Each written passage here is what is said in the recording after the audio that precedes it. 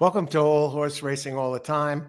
I'm Alan, your host. And this morning, we're going to take a look at a little review of the Rebel Stakes at Oaklawn yesterday, a Kentucky Derby prep race. And then we're going to go on and talk about what we're going to be presenting, what we have for you today here on All Horse Racing All the Time, where we bring you fresh new horse racing information every single day. And happy Monday, everybody. Let's get this new week off to a great start. First coffee. Excellent. Excellent. And today's coffee is by Nikeo Fresh Start. Perfect for the start of a day, fresh start. And this coffee is just perfect for it, fits the day. Excellent coffee for the taste and also for its strength. And I love the name, Fresh Start. Fits it Monday. Let's get this week off to a great start. And Rebel Stakes. Oh, and I would like to give a shout out to our two newest members of All Horse Racing All the Time. I want to thank you for being part of the team here. Stephanie McCarroll and Leonardo Cisnero. Okay, I hope I got your names right. I want to thank you. Welcome aboard this channel. I'll tell you right now, in the 2.5 years we've been here, now we have a viewership of over 2.3 million, and we're closing in on 12,000 subscribers. And I am honored, truly honored, and thankful for that the channel, so many people enjoy the show and enjoy what we bring you here every day. So thank you very much for your support. And if you want to become part of a member, click on the subscribe button for details. Not the subscribe, the join button, and get the details and become a member for as little as 17 cents a day to show your support. And we bring you extra stuff too.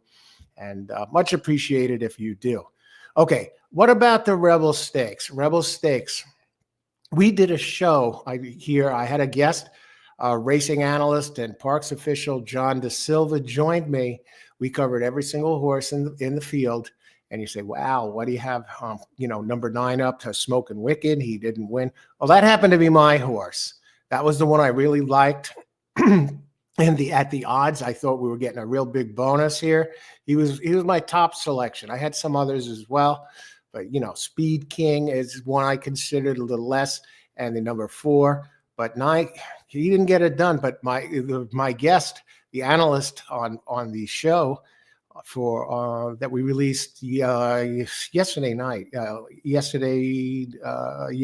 days ago, Saturday at 9 o'clock. John De Silva, he did it again. He was one of the ones, I didn't support him, but he liked Cold Battle. And Cold Battle did win the Rebel Stakes, went off at, I believe he wound up going off at 11-1 or something, $27 a horse. And what John liked about him, I really didn't like him. I liked him better underneath, and I wound up using him underneath in an exacta under my 9, but not alone, but one of them. What he liked about Cold Battle is he pointed out to us here on the show that he had never lost a dirt race in his career. So lo and behold, he wins. And what happened is he went out. He closed into it and he got the victory.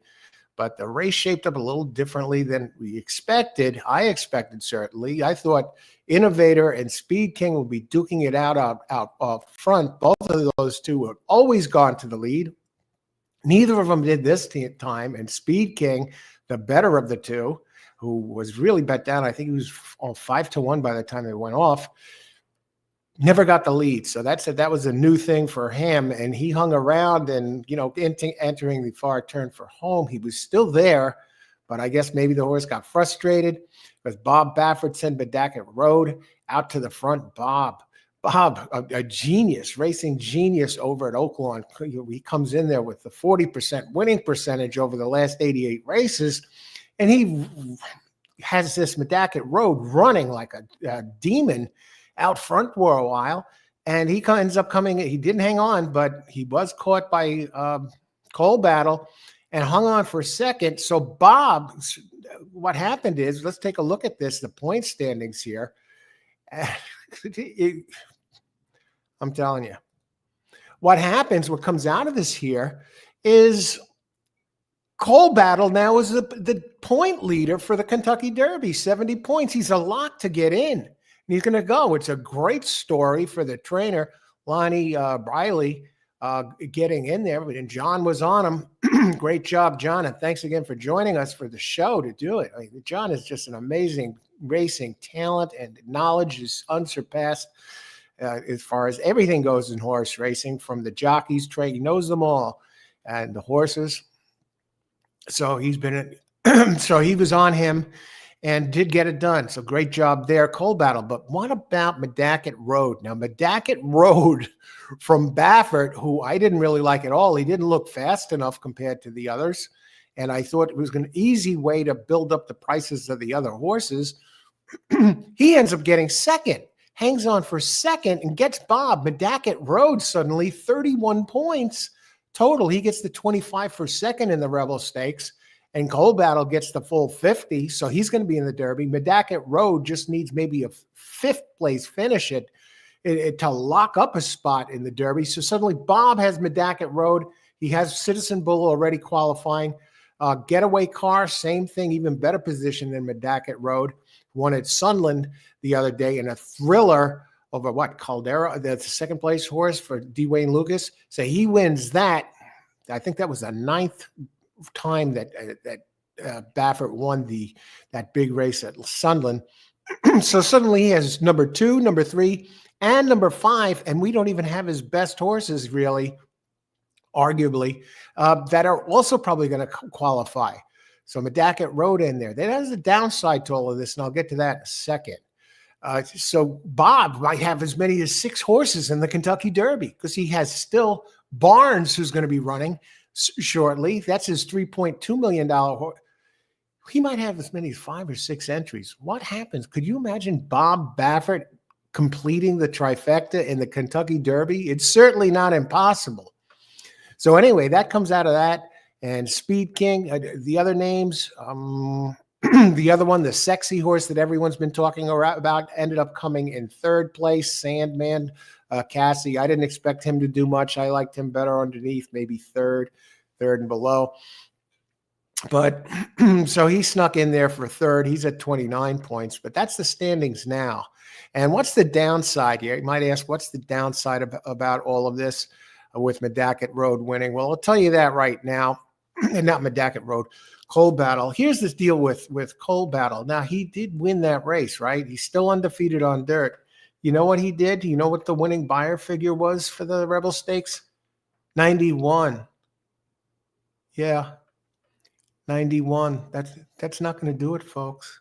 It'll be a beautiful storyline getting the Kentucky Derby. And do they run him again before the Derby? Probably, just to get the work in, and maybe the trainer could experiment, try something. If he's going to try something new, he can do it.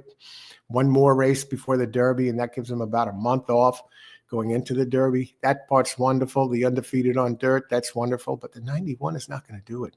He's not going to beat some of these other horses out there that are just superior. I mean, horses that have not even gained a single point yet. We're going to see some.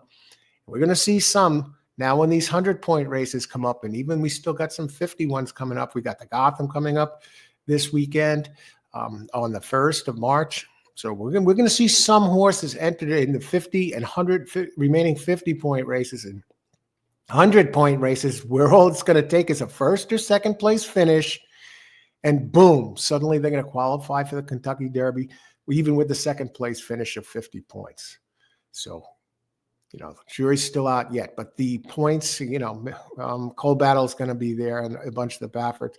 But we got some big horses to see going forward. And that 91 buyer is not going to do it.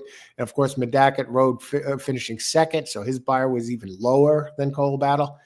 Neither of those horses I don't see being even contenders, borderline contenders in the Derby.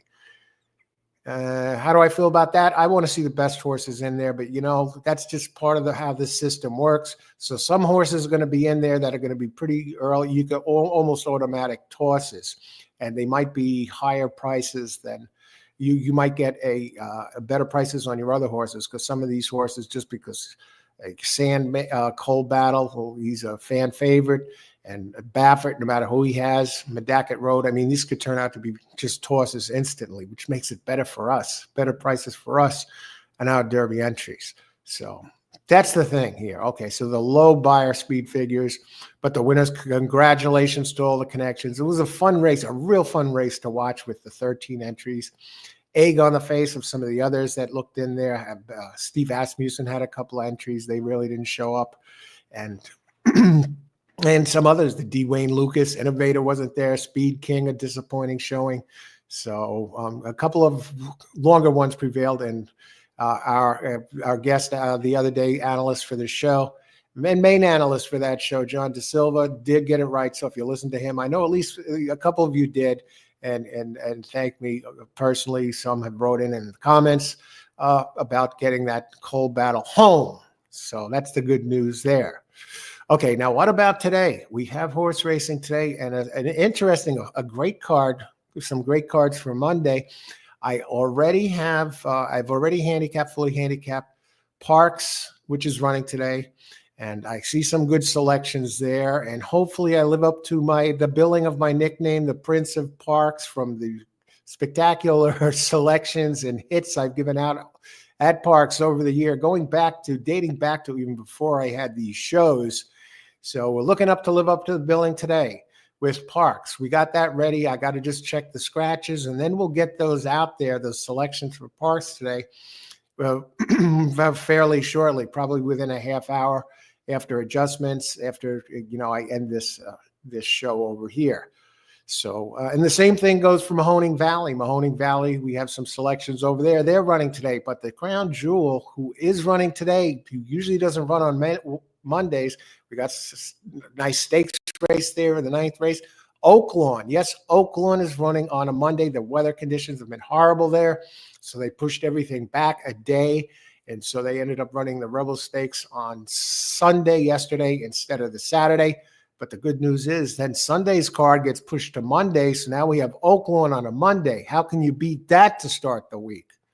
So I'm still working on the Oaklawn card, and I'm nearly done with it, and I still have to look at the Oaklawn scratches. So we'll get that one out there a little bit later than Parks and Mahoning, but in plenty of time to look them over before post time. And let's make some money and have some fun with that. So that's what's going on here today on this Monday. So again, everybody have a great start to the week. Fresh start to the week. Fresh Start coffee. You want to have that coffee. You want to be nice and sharp when you're playing the races. Thanks for watching, and good luck today. Have a great Monday, great week, great day at the races. If you're playing, ice water in the veins. And remember, may the horse always be with you. Thanks for watching, everybody.